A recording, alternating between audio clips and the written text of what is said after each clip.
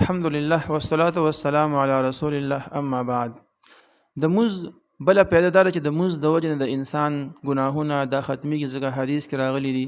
نبی صلی الله علیه وسلم فرمایلی دی چې ارایتم لو ان نهرا بباب احدکم، خبر راکې ما ته کچته تاسو د وطن د کور مخې ته یو نهر وي او یغتسل منه كل يوم 5 مرات، یو سړی پای کې هر ورځ 15 کرته غسل کوي، هل يبقى من درنه شيء، هغه په وجود باندې بس خیره پاتې شي؟ نو قالو صحابه چې لا يبقى من درنه شيء، هیڅ قسم خیره به پاتې نشي داغه په وجود باندې.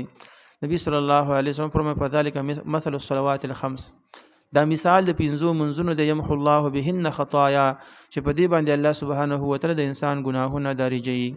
لکه څنګه چې په ورځ کې 15 واړه وخت غسل کوونکې د خیرو نه پاک ساک وي، نو دغه شانتي 15 واړه وخت مونږ کوونکې انسان په ورځ کې د ګناهونو نه پاک وي.